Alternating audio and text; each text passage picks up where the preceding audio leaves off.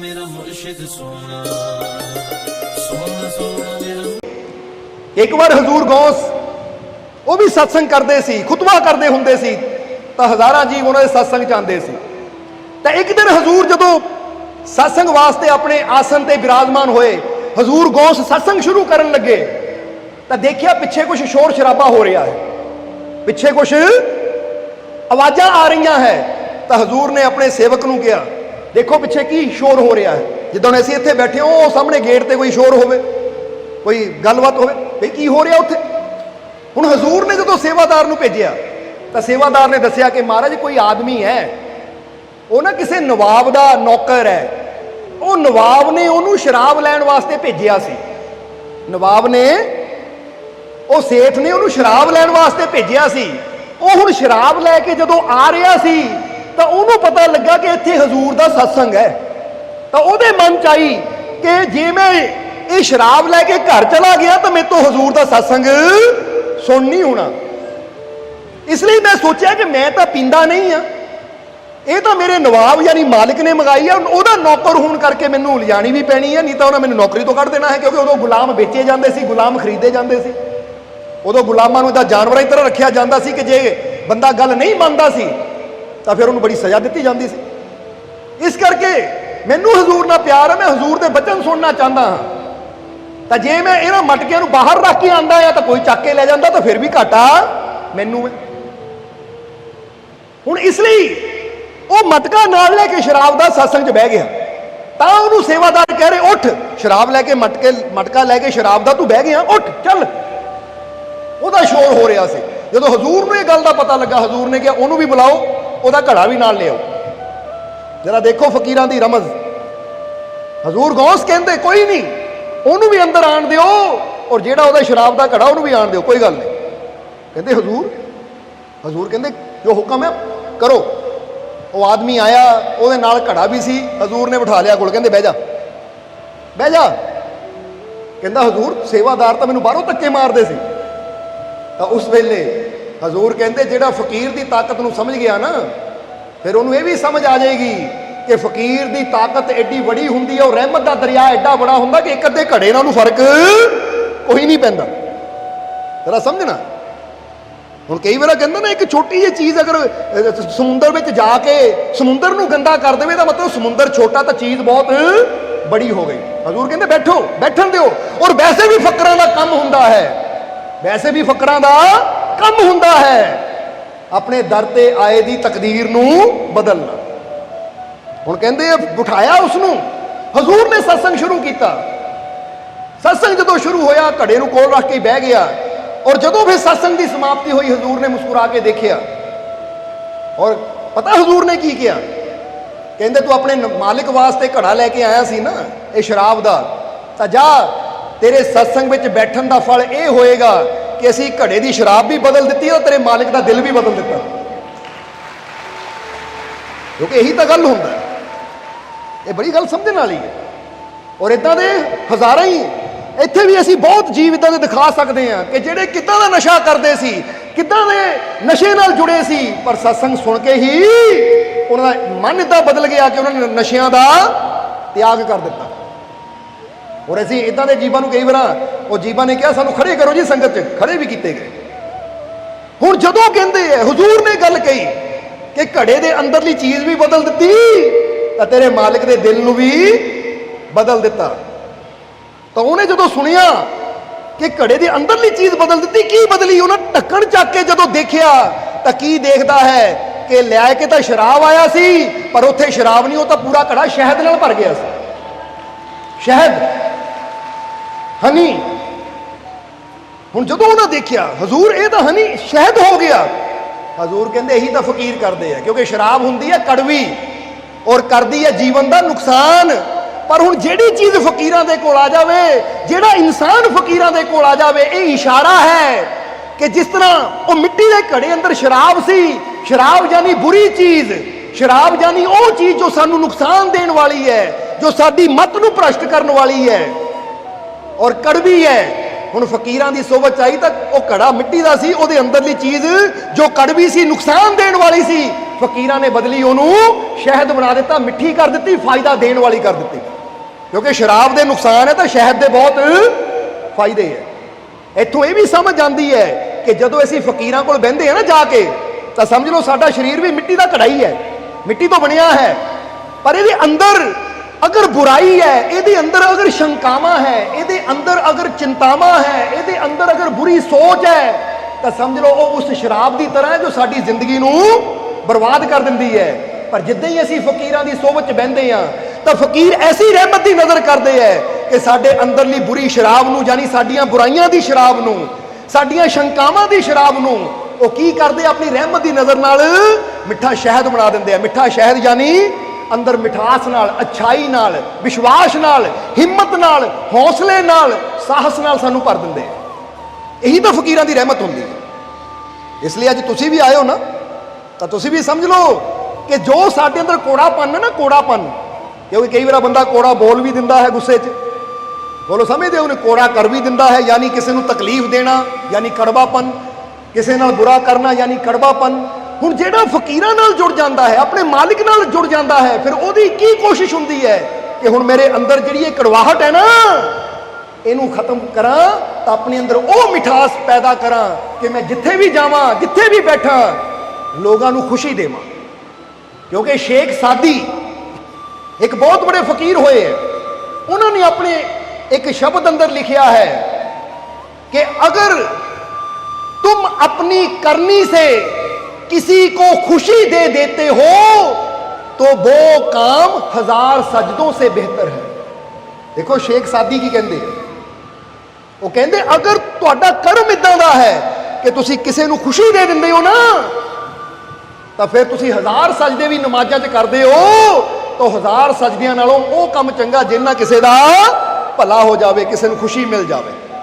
कहते 1000 बार तू सजदे करी जा, नमाज़ां पढ़ी जा, पर दूजियां दा दिल दुखाई जावे, दूजियां दा बुरा करी जावे, तो तेरे 1000 सजदे भी कभी खुदा नू कबूल नहीं होने। इसलिए सोचो जरा गल कितनी वड्डी है। इत्थों ही पता लगता है कि असी अच्छा करके, नेकी करके, किसी का भला करके 1000 नमाज़ां दा फल इदां ही लै सकते हैं। और बड़ी हैरानी की गल है, जी इन्ना सौखा है रब दियां रहमतां नूं पाना, तो असीं कोशिश क्यों नहीं करते?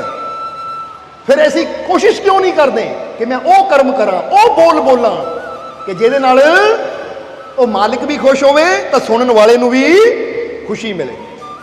इसलिए हुण आ जाइए विश्वास की गल ते कि ये दोनों ही पति पत्नी, एक दे अंदर प्यार है, विश्वास है, एक जोड़े अंदर, तो दूजे अंदर प्यार विश्वास नहीं है, तो खुश किहड़ा होएगा?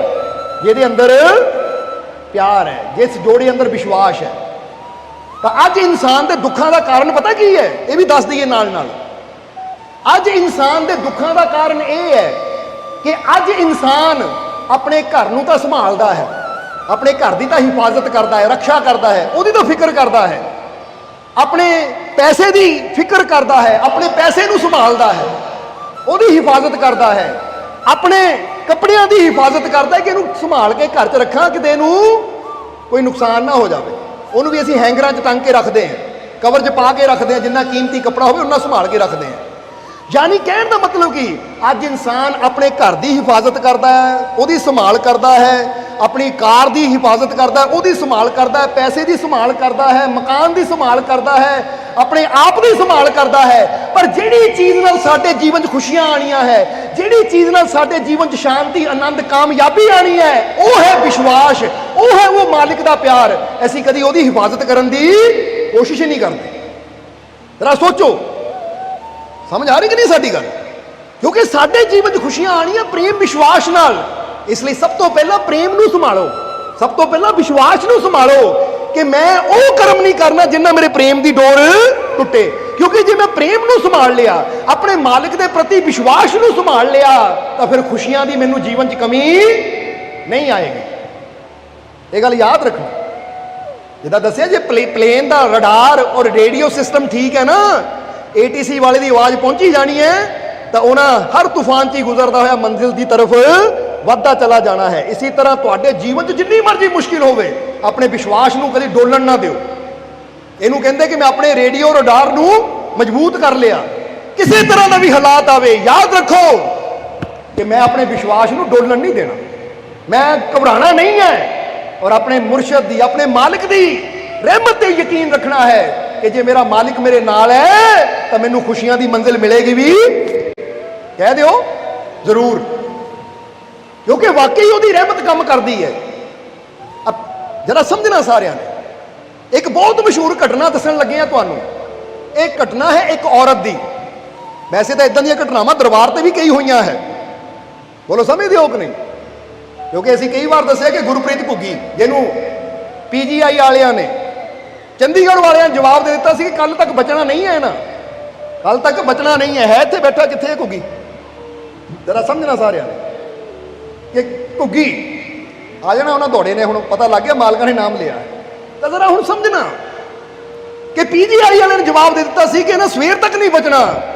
तो तड़के 4 बजे से वो पहुंचे, असीं हिमाचल वाल गए हुए सी।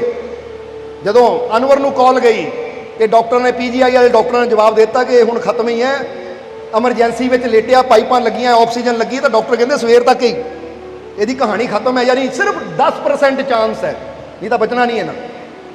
जरा समझना, असी सारी रात सफर करके तड़के 4 बजे PGI पहुंचे चंडीगढ़, और फिर अगे एमरजेंसी के गेट पे यदि वाइफ खड़ी है, होर भी जिन्होंने चंडीगढ़ वाले जीबा नूं पता लगा वो भी पहुंच गए, वो भी पहुंच गए उत्थे कि मालक आ रहे हैं, क्योंकि अनवर ने फोन करता कि मालक आ रहे, जरा पहुंचो। हुण जदों PGI दे एमरजेंसी के गेट पे पहुंचे तो यदि वाइफ कार्ड लैके खड़ी, क्योंकि बिना कार्ड तो अंदर नहीं जान देंगे, पास मिलता है। हुण जदों असीं पास लैके अंदर गए तो देखा घुग्गी लेटिया होया सी। जरा समझना सारिਆਂ ने, घुग्गी लेटिया होया सी, नालियां लगियां हुई सी एमरजेंसी के अंदर। और जदों असीं गए तो घुग्गी नूं पता सी कि मालक आ रहे हैं, क्योंकि इसकी वाइफ ने दस दिता सी इहनूं कि आ रहे हैं मालक। हुण इहदा ध्यान दरवाजे वाल ही सी। जिद्दां ही असीं एमरजेंसी के गेट अंदर दाखिल होए, घुग्गी के चेहरे पर समाइल आ गई और पाइप पूइप लगे, पर उठ के बह गया है। जरा गौर करना, उठ के बह गया है, घुग्गी लेटिया रहा है, लेटिया रहा, कोई गल नहीं। कहता नहीं मालको, मालक आ गए तो मालक ने दर्शन करके ही अंदर जान आ गई। जरा समझना, ये कोल बैठे, ये सिर ते हाथ रखिया, प्यार दिता, मालक अगे बेनती की, जो फरियाद की मालक के अगे, तो फिर घुग्गी ने यह भी कहता, घुग्गी डॉक्टर की कहते हैं? तो घुग्गी की वाइफ भी कहती मालको तो कहते कि 10% चांस है, वो देखो हम दौड़ा आंदा तुहाडे मोरे, आ जा उड़ के आ जा घुग्गी। सो हुण जिहनूं डॉक्टर ने जवाब दिता सी, अज देख लो कितना दौड़िया आ रहा है। हुण उस वेले की होया दसना चाहते हैं असीं कि डॉक्टर ने कहा सी अगले दिन 10% चांस है, मुश्किल है कि सवेर का सूरज भी देखे, यानी सवेर का दिन भी देखे, पता नहीं है। शनिवार तड़के 4 बजे देखो पहुंचे सी असीं। संगत वाल मूँह कर दे जरा, संगत देख लवे तेन। तड़के 4 बजे देखो पहुंचे सी शनिवार वाले दिन। तो डॉक्टर ने कहा सी चांस है नहीं, पर जो मालिक अगे बेनती की तो इदां दी मालिक की रहमत हुई, इनू नाल नाल जान लगे, कहता रुके तो असीं 5 मिनट ही, क्योंकि ज़्यादा रुकन नहीं दिंदे सी। ये क्योंकि फिक्र ना कर, हुण जल्दी ठीक हो गए, दरबार ते तू आना है। डॉक्टर की कहते ये नहीं सानू पता, पर साडे मालिक की रहमत की कहती है वो सानू पता है। समझदे हो कि नहीं? इसलिए जो डॉक्टरों की गल सुनांगे, डॉक्टरों वाल ध्यान देवांगे तो हौसला टुटदा है। ताही तो मौलाना रूमी ने बड़ी प्यारी गल कही है। मौलाना रूमी की एक गल अपने दिल ते लिख लियो। मौलाना रूमी कहते कि डर हमें कमजोर बनाता है, डर हमें कमजोर बनाता है, और यकीन यानी विश्वास हमें शक्तिशाली बनाता है। इसलिए अपने खुदा पर पूरा भरोसा रखो। उन्होंने यही 2 लाइनां कही कि डर तुहाडी शक्ति नूं छीन लैंदा है, तो विश्वास तुहानूं शक्ति नाल भर दिंदा है। डर तुहानूं कमजोर बनाता है, तो विश्वास तुहानूं शक्तिशाली बनाता है। हुण तुसीं कमजोर बन के जीवन गुजारना है या शक्तिशाली? इसलिए भी उन्होंने लास्ट में कहा कि अपने रब पर पूरा, जिहड़ा रब ते भरोसा रखता है, फिर वो परमात्मा उन्होंने ऐसी शक्ति दिंदा है, ऐसी ताकत वो परमात्मा दिंदा है कि हर मुश्किल चो वो इंसान निकल आता है। फिर घुग्गी नूं कहा फिक्र ना कर। तो शनिवार सवेरे नूं मिले सी, तो सोमवार PGI वाले ने छुट्टी देती, दरबार ते मत्था टेकण आया है। जरा समझ लेना, ਔਰ ਅਗਲੇ ਦਿਨ ਜਦੋਂ ਡਾਕਟਰ ਚੈੱਕ ਕਰਨ ਆਏ ਨਾ 4 ਵਜੇ ਮਿਲ ਕੇ ਅਸੀਂ ਜਦੋਂ ਗਏ, ਦੱਸਦਾ ਕਿ ਡਾਕਟਰ ਜਦੋਂ ਰਾਉਂਡ ਤੇ ਆਇਆ ਤਾਂ ਡਾਕਟਰ ਨੇ ਮੇਰੀ ਹਾਲਾਤ ਦੇਖੇ, ਉਹ ਡਾਕਟਰ ਦੇਖ ਕੇ ਹੈਰਾਨ ਰਹਿ ਗਿਆ। ਕਮਾਲ ਦੀ ਗੱਲ, ਤੇਰੀ ਤਾਂ ਹਾਲਤ ਬੜੀ ਸੀਰੀਅਸ ਸੀ, ਤੂੰ ਕਿੱਦਾਂ ਠੀਕ ਹੈ? ਤਾਂ ਉਸ ਲਈ ਕਹਿੰਦਾ, ਮੇਰੀ ਜ਼ੁਬਾਨ ਤੋਂ ਨਿਕਲਿਆ ਕਿ ਡਾਕਟਰ ਸਾਹਿਬ ਇੱਕ ਸਭ ਤੋਂ ਬੜੀ ਦਵਾਈ ਮਿਲ ਗਈ ਮੈਨੂੰ, ਹੁਣ ਮੇਰਾ ਵਾਲ ਨਹੀਂ ਵਿੰਗਾ ਹੋ ਸਕਦਾ। ਉਹ ਹੈ ਮਾਲਿਕ ਦੀ ਰਹਿਮਤ, ਮਾਲਿਕ ਦਾ ਆਸ਼ੀਰਵਾਦ।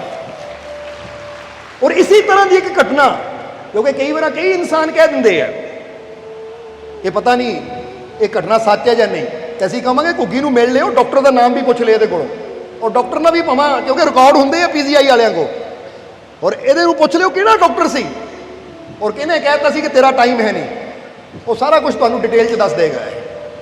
ਕਿਉਂਕਿ ਜਿਹਨੂੰ ਵਿਸ਼ਵਾਸ ਹੈ ਉਹ ਤਾਂ ਹੈ, ਪਰ ਜਿਹਦੇ ਅੰਦਰ ਸ਼ੰਕਾ ਹੈ ਉਹ ਤਸੱਲੀ ਕਰ ਲਵੇ, ਆਪੇ ਉਹਦੀ ਸ਼ੰਕਾ ਵੀ ਦੂਰ ਹੋ ਜਾਏਗੀ। ਇਸੇ ਤਰ੍ਹਾਂ ਇੱਕ ਔਰਤ ਦੀ ਘਟਨਾ ਦੱਸਣ ਲੱਗੇ ਆ ਜਿਹਦਾ ਨਾਮ ਸੀ ਅਨੀਤਾ ਮੋਰਜਾਨੀ, ਜੋ ਕਿ ਸਿੰਗਾਪੁਰ ਯਾਨੀ ਸੀਗੀ ਇੰਡੀਅਨ ਪਰ ਰਹਿੰਦੀ ਸਿੰਗਾਪੁਰ, ਔਰ ਉਹ ਹਾਂਗਕਾਂਗ ਦੇ ਵਿੱਚ ਕੰਮ ਕਰਦੀ ਸੀ। ਉਹਦੇ ਜੀਵਨ ਦੀ ਘਟਨਾ ਦੱਸਣ ਲੱਗੇ ਆ ਜਿਹਦੇ ਬਾਰੇ ਡਾਕਟਰ ਵੈਨ ਡਾਇਰ ਨੇ ਬੜਾ ਪਿਆਰਾ ਦੱਸਿਆ ਹੈ ਕਿ ਵਿਸ਼ਵਾਸ ਦੀ ਸ਼ਕਤੀ ਕੀ ਕਰਦੀ ਹੈ। ਕਦੀ ਇਹ ਨਾ ਸੋਚੋ ਕਿ ਤੁਸੀਂ ਸਿਰਫ ਇੱਕ ਸਰੀਰ ਹੋ, ਤੁਹਾਡੇ ਅੰਦਰ ਇੱਕ ਪਰਮ ਸ਼ਕਤੀ ਕੰਮ ਕਰਦੀ ਹੈ। ਤਾਂ ਉਹਦੇ ਬਾਰੇ ਉਹ ਘਟਨਾ ਹੈ, ਜ਼ਰਾ ਗੌਰ ਕਰਨਾ ਕਿ ਉਸ ਔਰਤ ਨੂੰ ਕੈਂਸਰ ਹੋ ਗਿਆ। ਕੈਂਸਰ ਹੋ ਗਿਆ ਜਦੋਂ, ਤਾਂ ਕੈਂਸਰ ਕਾਫੀ ਵੱਧ ਗਿਆ, ਡਾਕਟਰਾਂ ਕੋਲ ਗਈ ਤਾਂ ਡਾਕਟਰਾਂ ਨੇ ਕਿਹਾ ਇਹਨੂੰ ਕੀਮਿਓਥੈਰੇਪੀ ਕਰਨੀ ਪੈਣੀ ਹੈ, ਰੇਡੀਓਥੈਰੇਪੀ ਕਰਨੀ ਪੈਣੀ ਹੈ, ਪਰ ਉਹਨੇ ਡਰ ਦੇ ਕਾਰਨ ਮਨਾ ਕਰ ਦਿੱਤਾ ਕਿ ਮੈਂ, ਕਿਉਂਕਿ ਇਹ 'ਚ ਤਕਲੀਫ ਬੜੀ ਹੁੰਦੀ ਹੈ, ਮੈਂ ਥੈਰੇਪੀ ਨਹੀਂ ਕਰਾਣੀ। ਮਨਾ ਕਰ ਦਿੱਤਾ ਕਿ ਮੈਂ ਥੈਰੇਪੀ ਨਹੀਂ ਕਰਾਣੀ, ਮੈਂ ਕੋਈ ਨੈਚੁਰਲ ਟ੍ਰੀਟਮੈਂਟ ਕਰਾਣਾ ਹੈ, ਕੋਈ ਆਯੁਰਵੇਦ ਟ੍ਰੀਟਮੈਂਟ ਕਰਾਣਾ ਹੈ। ਇਸ ਲਈ ਉਹ ਟ੍ਰੀਟਮੈਂਟ ਕਰਾਉਣ ਲੱਗ ਪਈ, ਪਰ ਹੌਲੀ ਹੌਲੀ ਉਹਦੀ ਬਿਮਾਰੀ ਜਿਹੜੀ ਹੈ ਵੱਧਦੀ ਚਲੀ ਗਈ, ਉਹਦੀ ਬਿਮਾਰੀ ਵੱਧਦੀ ਚਲੀ ਗਈ। ਫਿਰ ਆਖਿਰ ਜਦੋਂ ਬਿਮਾਰੀ ਜ਼ਿਆਦਾ ਵੱਧ ਗਈ, ਉਹ ਹਸਪੀਟਲ ਗਈ ਤਾਂ ਡਾਕਟਰਾਂ ਨੇ ਕਿਹਾ ਹੁਣ ਤਾਂ ਪਾਣੀ ਸਿਰ ਤੋਂ ਉੱਪਰ ਲੰਘ ਚੁੱਕਾ ਹੈ, ਹੁਣ ਇਹ ਬਿਮਾਰੀ ਠੀਕ ਹੋਣ ਦੇ ਚਾਂਸ ਹੈ ਨਹੀਂ, ਹੁਣ ਤੁਸੀਂ ਉੱਥੇ ਪਹੁੰਚ ਗਏ ਹੋ ਜਿੱਥੋਂ ਮੁੜਨ ਦਾ ਕੋਈ ਰਸਤਾ ਹੀ ਨਹੀਂ ਹੈ। ਜਰਾ ਗੌਰ ਕਰਨਾ, ਉਹਦਾ ਨਾਮ ਫਿਰ ਦੱਸਾਂਗੇ, ਅਨੀਤਾ ਮੂਰਜਾਨੀ। ਔਰ ਅੱਜ ਉਹ ਕਈ ਜਗ੍ਹਾ ਇੰਟਰਵਿਊ ਦਿੰਦੀ ਹੈ ਔਰ ਦੱਸਦੀ ਹੈ ਕਿ ਮੈਂ ਕੈਂਸਰ ਤੋਂ ਕਿੱਦਾਂ ਛੁਟਕਾਰਾ ਪਾਇਆ। ਪਰ ਉਹਦੀ ਕਹਾਣੀ ਸਮਝ ਲਓ ਜ਼ਰਾ। ਕਹਿੰਦੇ ਜਦੋਂ ਹਾਲਤ ਜ਼ਿਆਦਾ ਸੀਰੀਅਸ ਹੋ ਗਈ ਉਹਦੀ, ਤਾਂ ਫਿਰ ਹਸਪੀਟਲ ਐਡਮਿਟ ਹੋਈ, ਪਰ ਡਾਕਟਰ ਨੇ ਕਿਹਾ ਹੁਣ ਬਚਣ ਦੇ ਚਾਂਸ ਹੈ ਨਹੀਂ, ਹਾਲਤ ਵਿਗੜ ਗਈ ਕਿ ਉਹ ਕੋਮਾ 'ਚ ਚਲੀ ਗਈ। ਕੋਮਾ 'ਚ ਚਲੀ ਗਈ।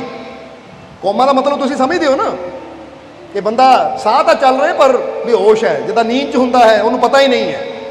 ਔਰ ਉਹ 30 ਘੰਟੇ ਕੋਮਾ 'ਚ ਰਹੀ। ਕਿੰਨੇ ਘੰਟੇ? 30 ਘੰਟੇ ਕੋਮਾ 'ਚ ਰਹੀ।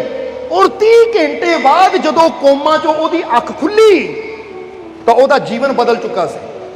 ਉਹਦਾ ਜੀਵਨ ਬਦਲ ਚੁੱਕਾ ਸੀ। ਔਰ ਕੋਮਾ ਤੋਂ ਬਾਹਰ ਆਉਣ ਦੇ 4 ਦਿਨ ਦੇ ਅੰਦਰ ਹੀ ਉਹਦਾ ਜਿਹੜਾ ਕੈਂਸਰ ਸੀ ਉਹ 70% ਠੀਕ ਹੋ ਗਿਆ। ਔਰ 5 ਹਫ਼ਤਿਆਂ ਦੇ ਅੰਦਰ ਅੰਦਰ ਉਹ ਪੂਰੀ ਤਰ੍ਹਾਂ ਠੀਕ ਹੋ ਗਈ। ਔਰ ਅੱਜ ਵੀ ਉਹ ਜੀਵਿਤ ਹੈ। ਇਹ ਗੱਲ ਸ਼ਾਇਦ 2002 ਦੀ ਹੈ, ਅੱਜ 2021 ਚੱਲ ਰਿਹਾ ਹੈ। ਫਿਰ ਉਹਨੇ ਆਪਣੀ ਉਹ ਘਟਨਾ ਦੱਸੀ ਕਿ ਉਹ 30 ਘੰਟੇ ਦੀ ਕੋਮਾ ਦੇ ਵਿੱਚ ਮੈਂ ਕੀ ਐਸਾ ਦੇਖਿਆ ਕਿ ਜਿਹੜਾ ਮੇਰੀ ਬਿਮਾਰੀ ਠੀਕ ਹੋ ਗਈ। ਜ਼ਰਾ ਸਮਝਣਾ, ਹੁਣ ਜਾਣਨਾ ਚਾਹੁੰਦੇ ਹੋ ਕੀ ਦੇਖਿਆ? ਕਹਿੰਦੇ ਜਦੋਂ ਮੈਂ ਕੋਮਾ 'ਚ ਗਈ ਤਾਂ ਕੋਮਾ 'ਚ ਜਾ ਕੇ ਮੇਰੇ ਸਵਾਸ ਜ਼ਰੂਰ ਚੱਲ ਰਹੇ ਸੀ, ਪਰ ਮੇਰੀ ਆਤਮਾ ਸਰੀਰ 'ਚੋਂ ਨਿਕਲ ਗਈ। ਮੈਂ ਬੜੀ ਪੀੜਾ 'ਚ ਸੀ। ਤਾਂ ਮੈਂ ਕੀ ਦੇਖਦੀ ਹਾਂ ਅੱਗੇ? ਇੱਕ ਦਿਵਿਆ ਆਤਮਾ ਹੈ, ਇੱਕ ਦਿਵਿਆ ਆਤਮਾ ਹੈ, ਦਿਵਿਆ ਸ਼ਕਤੀ ਹੈ ਕਿ ਉਹ ਮੈਨੂੰ ਮਿਲੀ। ਔਰ ਉਸਨੇ ਮੈਨੂੰ ਇਹ ਗੱਲ ਕਹੀ ਕਿ ਹਾਲੇ ਤੇਰਾ ਵਕਤ ਨਹੀਂ ਆਇਆ, ਹਾਲੇ ਤੇਰਾ ਟਾਈਮ ਨਹੀਂ ਆਇਆ, ਤੂੰ ਵਾਪਸ ਜਾਣਾ ਹੈ। ਔਰ ਦੂਸਰੀ ਗੱਲ ਉਹਨੇ ਕੀ ਕਹੀ ਕਿ ਤੂੰ ਇੱਕ ਸਰੀਰ ਨਹੀਂ ਹੈ, ਤੂੰ ਪਰਮ ਸ਼ਕਤੀਸ਼ਾਲੀ ਪਰਮਾਤਮਾ ਦਾ ਅੰਸ਼ ਹੈ। ਆਪਣੀ ਤਾਕਤ ਨੂੰ ਪਹਿਚਾਨ, ਆਪਣੀ ਸ਼ਕਤੀ ਨੂੰ ਪਹਿਚਾਨ ਕਿ ਸਰੀਰ ਤਾਂ ਸਾਨੂੰ ਇੱਥੇ ਕਈ ਵਾਰ ਮਿਲਦਾ ਹੈ, ਕਈ ਵਾਰ ਜਿੱਦਾਂ ਸ਼੍ਰੀ ਕ੍ਰਿਸ਼ਨ ਨੇ ਕਿਹਾ ਨਾ, ਜਾਂ ਗੁਰੂਆਂ ਰਹਿਬਰਾਂ ਨੇ ਵੀ ਕਿਹਾ ਹੈ ਕਿ ਕਈ ਵਾਰ ਤੂੰ ਜੰਮਦਾ ਹੈ, ਕਈ ਵਾਰ ਮਰਦਾ ਆ। ਇਹ ਕਈ ਵਾਰ ਇਹ ਸਰੀਰ ਰੂਪੀ ਕੱਪੜਾ ਬਦਲਦਾ ਹੈ। ਜੇ ਤੂੰ ਆਪਣੇ ਆਪ ਨੂੰ ਸਰੀਰ ਸਮਝੇਗਾ ਤਾਂ ਜਿਹੜੇ ਸਰੀਰ ਨਾਲ ਸੁੱਖ ਦੁੱਖ ਜੁੜੇ ਆ ਉਹ ਸੁੱਖ ਦੁੱਖ ਤੇਰੇ ਨਾਲ ਵੀ ਜੁੜੇ ਰਹਿਣਗੇ। ਤਾਂ ਜੇ ਤੂੰ ਆਪਣੀ ਹਕੀਕਤ ਨੂੰ ਸਮਝ ਲਏਗਾ ਕਿ ਸਰੀਰ ਤਾਂ ਮੇਰਾ ਇੱਕ ਕੱਪੜਾ ਹੈ, ਮੈਂ ਤਾਂ ਪਰਮ ਪਿਤਾ ਪਰਮਾਤਮਾ ਦੀ ਅੰਸ਼ ਹਾਂ, मैं आत्मा आ। इसलिए ताही तो गुरु रहबर मैਡੀਟੇਸ਼ਨ ਕਰਨ ਨੂੰ ਕਹਿੰਦੇ ਆ, क्योंकि ध्यान ਦੇ ਵਿੱਚ ਹੀ ਸਾਨੂੰ ਇਹ ਪਤਾ ਲੱਗਦਾ कि ਸਾਡੀ ਸ਼ਕਤੀ ਕੀ ਹੈ, ਸਾਡੀ ਤਾਕਤ ਕੀ ਹੈ। ਜਦੋਂ ਸਾਨੂੰ ਅਹਿਸਾਸ ਹੁੰਦਾ ਹੈ कि परमात्मा की अंश है साडे अंदर, तो इंसान दी सारियां बीमारियां, सारियां परेशानियां ठीक होनियां शुरू हो जांदियां। जरा समझना सारियां ने। कहते जदों उसने मैनू दसिया, और जरा गौर करना कि अपनी ताकत नू पहचान, जदों उस दिव्य आत्मा ने मैनू जानू कराया कि तेरी हाले उम्र नहीं आई, वापस जा, और तू परमात्मा की अंश है। जे तू अपनी अंदर परमात्मा की ताकत पे विश्वास करूंगी तो बड़ी तो बड़ी बीमारी का हल भी हो सकता है कि मैनू देख, जो मैं आ वही तू है। कहते जदों उसने, क्योंकि असी तो इतने शॉर्ट में दस रहे हैं, पर तुम डिटेल नाल आप देख सकते हो, समझते हो कि नहीं, वो जीवनी बारे। बस नाम याद रखियो, नाम तो ही बंदा सब कुछ जान लेंदा है फिर, क्योंकि अजकल तो सौखा ही बड़ा हो गया है। हो गया कि नहीं, कि नाम नू मड़िया सर्च करो तो सारी हिस्टरी फिर किया जाता है। क्यों कहती जदों मैं चीज़ नू समझिया तो दिव्य आत्मा ने भी कहा कि सब नाल प्यार करना है, किसी नाल नफरत नहीं रखनी, सब नाल प्यार करना है, क्योंकि परमात्मा प्रेम का ही रूप है। उन्हें सानू दुनिया ते सब नाल प्रेम करने वास्ते भेजिया है। जो सब नाल प्रेम करना शुरू कर दिंदा है, किसी नाल नफरत नहीं करता, फिर परमात्मा की शक्ति उहदे अंदर अपना काम करना शुरू कर दिंदी है। और जरा गौर करना, जदों कहती इन्नी गल कही, मेरी आत्मा वापस 30 घंटे बाद शरीर च आई, तो वो 4 दिन मैं अपने आप को प्रेम नाल ही फील किया कि मैं प्रेम का रूप है, मैं परमात्मा का रूप है, मैं सब नाल प्रेम करदी हाँ, मैं परमात्मा की बनाई हर शै नाल प्रेम करदी हाँ। वो 4 दिन ने फील करदी करदी प्रेम के बारे, और ये विश्वास करदी करदी कि मैं शरीर नहीं हाँ, मैं परम पिता परमात्मा की अंश हाँ। वो 4 दिन के अंदर ही 70% जो मेरा कैंसर सी वो ठीक हो गया। जरा समझना, ये कुछ सच्चियां घटनावां है। इसीलिए इत्थे असीं तुहानूं 5 नियम दसना चाहांगे कि अगर ये 5 नियम तुसीं अपने जीवन च अपना लवो तो तुहानूं किसी दवाई की, किसी गोली की, किसी मैडिसन की कदी लोड़ ही नहीं पेगी। चाहे सिर दर्द कहो, पेट दर्द कहो, हाँ कोई बंदा कहता हादसा हो गया, सट चोट लग गई, कितने स्किन फट गई, फिर तो स्टिचिंग करानी पैनी है, कोई बड़ी गल है, तो फिर तो सानू डॉक्टर को जाना ही पैना। पर माड़ियां माड़ियां गल्लां वास्ते ना, अब मेरे गोडे च दर्द है, सिर दर्द है, एवं गोलियां खानियां शुरू कर देंगे। अगर वो जड़ को समझ लीए, वो दस दिए 5 नियम फटाफट, जानना चाहते हो या फिर सत्संग की समाप्ति करिए। वो 5 नियम फटाफट दस दिए शॉर्ट विच। कि पहला नियम है कि अगर असी चाहते हैं कि असी अपने आप को फिट रखिए, तंदुरुस्त रखिए, तो पहला नियम अपने अंदर की रखना है कि बिलीव इन गॉड, भगवान ते, अपने मालिक ते भरोसा। क्योंकि जदों असीं अपने मालिक ते विश्वास करते हैं, अपने परमात्मा ते भरोसा करते हैं, तो एक चीज़ होंदी है, पता किहड़ी, जरा सुन लेना इनू। असीं कई बार कई बंदे देखे है, कई इंसान देखे जिहड़े कहंदे है कि जे कि मेरे जीवन च इदां दी मुसीबत है जो मेरे बस तो बाहर है, जिन्हां ते मेरा कंट्रोल है नहीं। कह दिंदे हैं कि नहीं असीं कि हालात इन्ने माड़े आ, मेरा इन्हां ते कंट्रोल नहीं चलता, बस नहीं चलता, मेरे जीवन च परेशानियां इन्नियां है कि मेरा इन्हां ते बस नहीं चलता। और वो सोच सोच के बंदा परेशान होता है। तो असीं इत्थे तुहानूं एक गल कहनी चाहांगे कि ठीक है, तुहाडे जीवन च ऐसियां परेशानियां होणगियां कि बंदा कहंदा मेरा बस नहीं चलता, ये हालातां ते मेरा बस नहीं चलता, मेरे कंट्रोल च हालात है नहीं, बड़े बुरे हालात है, मेरा बस नहीं चलता। ठीक है, तुहाडा बस नहीं चलता, पर एक ताकत ऐसी है तुहाडे अंदर जिहदे बस तो बाहर कुछ है ही नहीं, जिहदे कंट्रोल च सब कुछ ही है कि नहीं, सब कुछ कंट्रोल च। वो किहड़ी ताकत है, वो मालिक परमात्मा। तुहाडा बस नहीं चलता ये चीज़ ते, ये तुहाडे कंट्रोल च है नहीं। तो यह गल फिर याद रखो कि मैं नहीं कंट्रोल कर सकता, पर मेरे अंदर बैठी वो मालिक की शक्ति, उसकी रहमत, वो हर चीज़ को कंट्रोल कर सकती है। जो ये सोच लवांगे कि ठीक है हालात जिन्ने मर्जी माड़े है, मेरे बस तो बाहर है, पर मेरे मालिक के बस तो बाहर कोई चीज़ नहीं हो सकती, क्योंकि पूरा ब्रह्मांड वो चला रहा है। समझते हो कि नहीं, जे ब्रह्मांड ਉਹਦੇ बस तो बाहर नहीं है तो मेरे तो हालात ही बड़े, मेरा तो जीवन ही बड़ा छोटा जिहा है। मैं अपने मालिक पे विश्वास रखूंगा कि मालिक ये चीज़ मेरे बस तो बाहर जरूर है, मैं नहीं कर सकता, पर जे तू चाहे तो तू सब कुछ कर सकता है। मैनू हिम्मत दे, मैनू ताकत दे, मेरे ते रहमत कर, ताकि तेरी रहमत के जरिए ये चीज़ नू मैं कंट्रोल कर सका। ਫਿਰ ਬੰਦੇ ਨੂੰ ਹਿੰਮਤ ਮਿਲਦੀ ਹੈ, ਫਿਰ ਬੰਦੇ ਨੂੰ ਹੌਸਲਾ ਮਿਲਦਾ ਹੈ, ਕਿਉਂਕਿ ਤੁਸੀਂ ਸਕਦੇ ਹੋ। ਪਰ ਯਾਦ ਰੱਖੋ, ਉਹ ਪ੍ਰਮਾਤਮਾ ਕਮਜ਼ੋਰ ਨਹੀਂ ਹੈ, ਉਹ ਪ੍ਰਮਾਤਮਾ, ਉਹ ਪ੍ਰਭੂ ਕਮਜ਼ੋਰ ਨਹੀਂ ਹੈ। ਔਰ ਅਸੀਂ ਇਹੀ ਕਹਾਂਗੇ ਉਹ ਸ਼ਕਤੀਸ਼ਾਲੀ ਹੈ, ਤਾਂ ਬਸ ਇੰਨਾ ਯਾਦ ਰੱਖੋ ਕਿ ਮੈਨੂੰ ਵੀ ਮੇਰੇ ਮਾਲਿਕ ਨੇ ਬਣਾਇਆ ਹੈ, ਮੈਂ ਕਦੀ ਕਮਜ਼ੋਰ ਹੋ ਹੀ ਨਹੀਂ ਸਕਦਾ, ਕਿਉਂਕਿ ਸ਼ਕਤੀਸ਼ਾਲੀ ਆਤਮਾ ਪਰਮਾਤਮਾ ਦੀ ਹੀ ਅੰਸ਼ ਹੈ। ਉਹਦੀ ਸ਼ਕਤੀ ਨੂੰ ਪਹਿਚਾਨੋ। ਸਮਝ ਰਹੇ ਹੋ ਕਿ ਨਹੀਂ? ਇਸ ਲਈ ਪਹਿਲੀ ਚੀਜ਼, ਬਿਲੀਵ ਇਨ ਗੋਡ, ਆਪਣੇ ਰੱਬ ਤੇ ਵਿਸ਼ਵਾਸ ਰੱਖੋ ਕਿ ਜੇ ਅੱਜ ਮੇਰੇ ਜੀਵਨ 'ਚ ਮੁਸ਼ਕਿਲ ਪਰੇਸ਼ਾਨੀ ਹੈ ਤਾਂ ਮੈਂ ਆਪਣੇ ਰੱਬ ਤੇ ਵਿਸ਼ਵਾਸ ਰੱਖਣਾ ਹੈ, ਮੇਰਾ ਮਾਲਿਕ ਮੇਰੇ ਨਾਲ ਹੈ, ਔਰ ਇਹ ਵਿਸ਼ਵਾਸ ਹੀ ਤੁਹਾਨੂੰ ਹਰ ਮੁਸ਼ਕਿਲ ਚੋਂ ਕੱਢਣ ਦੀ ਸ਼ਕਤੀ ਰੱਖਦਾ ਹੈ। ਔਰ ਦੂਸਰਾ ਕੰਮ ਕਿਹੜਾ ਕਰਨਾ ਹੈ, ਜਰਾ ਗੌਰ ਕਰਨਾ, ਫੋਰਗੇਟ ਆਲ ਬੈਡ ਥਿੰਗਸ, ਕਿ ਜਿੰਨੀਆਂ ਵੀ ਤੁਹਾਡੇ ਜੀਵਨ 'ਚ ਨਾ, ਜਿੱਦਾਂ ਬੰਦਾ ਕਹਿੰਦਾ ਨਾ ਕਿ ਬੁਰੀਆਂ ਚੀਜ਼ਾਂ ਜੋ ਪਿੱਛੇ ਹੋਈਆਂ ਉਹ ਸਾਰੀਆਂ ਨੂੰ ਭੁਲਾ ਦਿਓ। ਸਮਝਦੇ ਹੋ ਕਿ ਨਹੀਂ? ਕਿਉਂਕਿ ਕਈ ਵਾਰ ਦੇਖਿਆ ਕਿ ਬੰਦਾ ਪਿਛਲੀਆਂ ਬੁਰੀਆਂ ਚੀਜ਼ਾਂ ਨੂੰ ਅੱਜ ਵੀ ਯਾਦ ਕਰਕੇ ਬੈਠਾ ਔਰ ਦੁਖੀ ਹੋ ਹੀ ਜਾਂਦਾ ਹੈ, ਔਰ ਉਹੀ ਉਹਦੇ ਦੁੱਖ ਦਾ ਕਾਰਨ ਹੈ।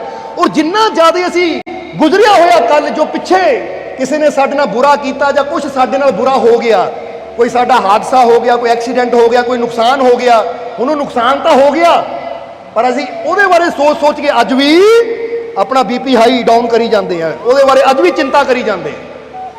ਇਸ ਲਈ ਕਹਿੰਦੇ ਜੋ ਪਿੱਛੇ ਹੋ ਗਿਆ ਉਹ ਛੱਡ ਦਿਓ, ਫੋਰਗੇਟ ਬੈਡ ਥਿੰਗ, ਕਿ ਜੋ ਪਿੱਛੇ ਬੁਰਾ ਹੋ ਗਿਆ ਨਾ ਭੁਲਾ ਦਿਓ ਉਹਨੂੰ। ਔਰ ਹੁਣ ਇਹ ਗੱਲ ਨੂੰ ਨਾਲ ਨਾਲ ਕਰੀ ਵੀ ਜਾਇਓ ਜਰਾ, ਕਿਉਂਕਿ ਜੇ ਬੈਠੇ ਆ ਨਾ ਸਤਸੰਗ 'ਚ ਤਾਂ ਸਮਝ ਲਓ ਪਹਿਲੀ ਗੱਲ ਤਾਂ ਆਪਣੇ ਦਿਲ ਤੇ ਹੱਥ ਰੱਖ ਕੇ ਕਹੋ ਬਿਲੀਵ ਇਨ ਗੋਡ, ਕਿ ਮੈਂ ਅੱਜ ਤੋਂ ਮੈਂ ਆਪਣੇ ਮਾਲਿਕ ਤੇ ਪੂਰਾ ਵਿਸ਼ਵਾਸ ਕਰਨਾ ਹੈ। ਕਿਉਂਕਿ ਜਦੋਂ ਕਹੋਗੇ ਨਾ ਤਾਂ ਫੇਰ ਹੀ ਸ਼ੁਰੂਆਤ ਹੋਏਗੀ। ਜਿੱਦਾਂ ਬੰਦਾ ਕਹਿੰਦਾ ਨਾ ਕਿ ਮੈਂ ਫਲਾਨੀ ਜਗ੍ਹਾ ਜਾਣਾ ਆ, ਪਹਿਲਾਂ ਕਹਿੰਦਾ ਹੈ ਤਾਂ ਫਿਰ ਸ਼ੁਰੂਆਤ ਹੁੰਦੀ ਹੈ, ਫਿਰ ਤਿਆਰੀ ਹੁੰਦੀ ਹੈ। ਇਸ ਲਈ ਕਹੋ ਆਪਣੇ ਦਿਲ ਤੇ ਹੱਥ ਰੱਖ ਕੇ ਕਿ ਮੈਂ ਆਪਣੇ ਮਾਲਿਕ ਤੇ ਪੂਰਾ ਵਿਸ਼ਵਾਸ ਕਰਨਾ ਹੈ, ਪੂਰਾ ਯਕੀਨ ਕਰਨਾ ਹੈ, ਕਿਉਂਕਿ ਇਹ ਉਹ ਰਸਤੇ ਹੈ ਕਿ ਜਿਹੜੇ ਤੁਹਾਨੂੰ ਤੁਹਾਡੀਆਂ ਤਕਲੀਫਾਂ, ਦੁੱਖਾਂ, ਪਰੇਸ਼ਾਨੀਆਂ ਚੋਂ ਕੱਢ ਲੈਣਗੇ। ਇਸ ਲਈ ਬਿਲੀਵ ਇਨ ਗੋਡ। ਔਰ ਦੂਸਰਾ ਕੀ ਹੈ, ਫੋਰਗੇਟ ਬੈਡ ਥਿੰਗਸ, ਕਿ ਜੋ ਬੁਰੀਆਂ ਗੱਲਾਂ ਪਿੱਛੇ ਹੋ ਗਈਆਂ, ਬੁਰੀਆਂ ਚੀਜ਼ਾਂ ਪਿੱਛੇ ਹੋ ਗਈਆਂ, ਹੁਣ ਮੈਂ ਉਹਨਾਂ ਬਾਰੇ ਨਹੀਂ ਸੋਚਣਾ, ਕਿਉਂਕਿ ਜੇ ਪਿੱਛੇ ਹੀ ਸੋਚਦੇ ਰਵਾਂਗੇ ਤਾਂ ਨਾਲੇ ਕੱਲ ਦੀ ਖੁਸ਼ੀਆਂ ਦੀ ਤਿਆਰੀ ਕਿੱਦਾਂ ਕਰਾਂਗੇ? ਸਮਝਦੇ ਹੋ ਕਿ ਨਹੀਂ? ਹੁਣ ਫਰਜ਼ ਕਰੋ ਇੱਕ ਇਨਸਾਨ ਦੇ ਘਰ 'ਚ ਸ਼ਾਦੀ ਹੈ, ਪਰ 6 ਮਹੀਨੇ ਪਹਿਲਾਂ ਉਹਦੇ ਘਰ 'ਚ ਕਿਸੇ ਦੀ ਮੌਤ ਹੋ ਗਈ। ਹੁਣ ਉਹ ਮੌਤ ਬਾਰੇ ਸੋਚ ਕੇ ਹੀ ਰੋਈ ਜਾਵੇ ਤਾਂ ਸ਼ਾਦੀ ਦੀ ਤਿਆਰੀ ਕਦੀ ਉਹ ਕਰ ਹੀ ਨਹੀਂ ਪਾਏਗਾ, ਕਿਉਂਕਿ ਉਹ ਉਹਨੂੰ ਸੋਚ ਕੇ ਰੋਈ ਜਾਂਦਾ ਹੈ। ਹੁਣ ਉਹ 6 ਮਹੀਨੇ ਪਹਿਲਾਂ ਘਟਨਾ ਹੋ ਗਈ ਦੁੱਖ ਵਾਲੀ, ਠੀਕ ਆ ਭਾਈ ਹੋ ਗਈ, ਹੁਣ ਜਿਹੜੀਆਂ ਅਗਲੀਆਂ ਖੁਸ਼ੀਆਂ ਹੈ ਉਹਦੀ ਤਾਂ ਤਿਆਰੀ ਕਰ। ਸਮਝ ਆ ਰਹੀ ਸਾਡੀ ਗੱਲ? ਇਸ ਲਈ ਤੁਸੀਂ ਵੀ ਆਪਣੇ ਜੀਵਨ 'ਚ ਜੋ ਪਿੱਛੇ ਬੁਰਾ ਹੋ ਗਿਆ, ਅੱਜ ਤੋਂ ਕਹੋ ਜੋ ਪਿੱਛੇ ਨੁਕਸਾਨ ਹੋ ਗਿਆ, ਜੋ ਪਿੱਛੇ ਬੁਰਾ ਹੋ ਗਿਆ, ਅੱਜ ਤੋਂ ਮੈਨੂੰ ਯਾਦ ਨਹੀਂ ਕਰਨਾ, ਪਰ ਹਾਂ ਆਉਣ ਵਾਲੇ ਕੱਲ ਵਾਸਤੇ ਮੈਂ ਤਿਆਰੀ ਜ਼ਰੂਰ ਕਰਨੀ। ਜਿੱਦਾਂ ਵਿਵੇਕਾਨੰਦ ਜੀ ਕਹਿੰਦੇ ਹੈ, ਸਵਾਮੀ ਵਿਵੇਕਾਨੰਦ ਦਾ ਕੋਟ ਹੈ, ਇੱਕ ਸ਼ਬਦ ਹੈ ਕਿ ਜੋ ਪਿੱਛੇ ਹੋ ਗਿਆ ਮੈਂ ਉਹਨੂੰ ਯਾਦ ਨਹੀਂ ਕਰਦਾ, ਜੋ ਅੱਗੇ ਹੋਣ ਵਾਲਾ ਮੈਂ ਉਹਦੀ ਤਿਆਰੀ ਕਰਦਾ ਹੈ। ਕਿਉਂਕਿ ਜਿਹੜਾ ਅੱਗੇ ਹੋਣ ਵਾਲੇ ਦੀ ਤਿਆਰੀ ਕਰਦਾ ਨਾ, ਕਾਮਯਾਬ ਵੀ ਉਹੀ ਹੁੰਦਾ ਹੈ। ਇਸ ਲਈ ਭੁਲਾ ਤੱਕ ਨਹੀਂ, ਕਿਸੇ ਨੇ ਤੁਹਾਨੂੰ ਗਾਲ ਕੱਢੀ, ਕਿਸੇ ਨੇ ਝਗੜਾ ਕੀਤਾ ਤਾਂ ਭੁਲਾ ਦਿਓ, ਹੋ ਗਿਆ ਠੀਕ ਹੈ, ਹੁਣ ਉਹਨੂੰ ਯਾਦ ਕਰਕੇ ਮੈਂ ਆਪਣੇ ਜੀਵਨ 'ਚ ਦੁਖੀ ਕਿਉਂ ਹੋਈ ਜਾਵਾਂ। ਔਰ ਤੀਸਰੀ ਚੀਜ਼ ਕਰਨੀ ਹੈ, forgive who hurt you, forgive who hurt you, ਕਿ ਉਹਨੂੰ ਮਾਫ ਕਰ ਦਿਓ ਜਿਸਨੇ ਤੁਹਾਨੂੰ ਕੋਈ ਤਕਲੀਫ ਦਿੱਤੀ ਹੈ। ਇਹ ਤੀਸਰੀ ਚੀਜ਼ ਹੈ ਕਿ ਫੋਰਗਿਵ ਕਰੋ, ਮਾਫ ਕਰੋ ਉਹਨੂੰ ਜਿਸਨੇ ਤੁਹਾਨੂੰ ਕਦੀ ਵੀ ਕੋਈ ਤਕਲੀਫ ਦਿੱਤੀ ਹੈ। ਕਿਉਂਕਿ ਹੁੰਦਾ ਕੀ ਹੈ, ਕੋਈ ਤਕਲੀਫ ਦੇ ਦਿੰਦਾ ਇੱਕ ਵਾਰ, ਫਰਜ਼ ਕਰੋ ਕਿਸੇ ਨੇ 6 ਸਾਲ ਪਹਿਲਾਂ ਗਾਲ ਕੱਢ ਦਿੱਤੀ, ਉਹਨਾਂ ਤੋਂ ਉਸਲੇ ਗਾਲ ਕੱਢੀ ਚਲਾ ਗਿਆ, ਪਰ ਅਸੀਂ ਅੱਜ ਵੀ ਉਹ ਗਾਲ ਨੂੰ ਯਾਦ ਕਰ ਕਰਕੇ ਦੁਖੀ ਹੋ ਰਹੇ ਹਾਂ। ਤਾਂ ਨੁਕਸਾਨ ਕਿਹਦਾ ਹੋ ਰਿਹਾ ਹੈ? ਤੁਸੀਂ ਹੱਸ ਸਕਦੇ ਹੋ, ਤੁਸੀਂ ਖੁਸ਼ ਹੋ ਸਕਦੇ ਹੋ ਇਹਨਾਂ ਪਲਾਂ 'ਚ, ਪਰ ਇਹਨਾਂ ਪਲਾਂ 'ਚ ਤੁਸੀਂ ਉਹੀ ਚੀਜ਼ ਬਾਰੇ ਸੋਚ ਕੇ ਦੁਖੀ ਹੋਈ ਜਾਂਦੇ ਹੋ, ਤੇ ਇਹਦਾ ਮਤਲਬ ਉਹ ਗਾਲੀ ਨੇ ਦੁਖੀ ਨਹੀਂ ਕੀਤਾ, ਤੁਹਾਡੀ ਸੋਚ ਹੀ ਤੁਹਾਨੂੰ ਅੱਜ ਦੁਖੀ ਕਰ ਰਹੀ ਹੈ। ਇਸ ਲਈ ਫੋਰਗੇਟ ਕਰੋ, ਹੋ ਗਿਆ, ਆਪਣੀ ਖੁਸ਼ੀ ਨੂੰ ਮੈਂ ਖਰਾਬ ਕਿਉਂ ਕਰਾਂ? ਸਮਝਦੇ ਹੋ ਕਿ ਨਹੀਂ? ਫਕੀਰ ਤੁਰੇ ਜਾ ਰਹੇ ਸੀ, ਕਿਸੇ ਨੇ ਫਕੀਰਾਂ ਨੂੰ ਗਾਲ ਕੱਢੀ, ਬੁਰਾ ਬੋਲਿਆ, ਫਕੀਰਾਂ ਨੇ ਦੇਖਿਆ, ਫਕੀਰ ਅੱਗੇ ਚਲੇ ਗਏ। ਅੱਗੇ ਜਾ ਕੇ ਫਕੀਰ ਹੱਸਣ ਲੱਗ ਪਏ, ਤੇ ਇੱਕ ਆਦਮੀ ਨੇ ਕਿਹਾ, ਮਹਾਰਾਜ ਉਹ ਆਦਮੀ ਤੁਹਾਨੂੰ ਗਾਲ ਕੱਢ ਗਿਆ, ਤੁਸੀਂ ਫਿਰ ਹੱਸ ਰਹੇ ਹੋ? ਫਕੀਰ ਕਹਿੰਦੇ ਕੀ ਕਰਾਂ, ਉਹ ਗਾਲ ਦੇ ਗਿਆ, मैं रोक के सुन लिया, पर हुण मैं अगे आ गया हाँ, क्योंकि जे मैं गाली नूं याद करूंगा तो मैं एवें गुस्सा करी जाऊंगा, दुखी होऊंगा। सो गाली नूं याद करो क्यों करा जो मैनूं दुख देण वाली है, मैं अपने मालिक दी रहमतां नूं याद क्यों ना करा जो मैनूं खुशियां देण वाली है, क्योंकि ये मेरे हत्थ च मैं याद की करना है। हुण जरा सोचो, ਇੱਥੇ बैठे बैठे ਤੁਸੀਂ ਉਹ ਚੀਜ਼ याद कर सकते हो, किसी ने मेरा अपमान किया सी, किसी ने मेरा नुकसान किया सी, तो हुणे तुसीं गुस्से नाल क्रोध नाल भर जाओगे, दुखी हो जाओगे। आ गया कि नहीं दुख याद करके। पर जे हुणे ही तुसीं मालिक दी रहमतां नूं याद करो कि मेरे मालिक दी रहमत बहुत बड़ी है, मेरे मालिक दी कृपा बहुत बड़ी है, जे मेरा मालिक मेरे नाल है तो मैनूं कामयाब होण तो कोई रोक नहीं सकता, जे मेरा मालिक मेरे नाल है तो मैनूं अगे ਵਧਣ तो कोई ताकत रोक नहीं सकती, जे मेरा मालिक मेरे नाल है तो मेरे जीवन च खुशियां जरूर आउणगीਆਂ।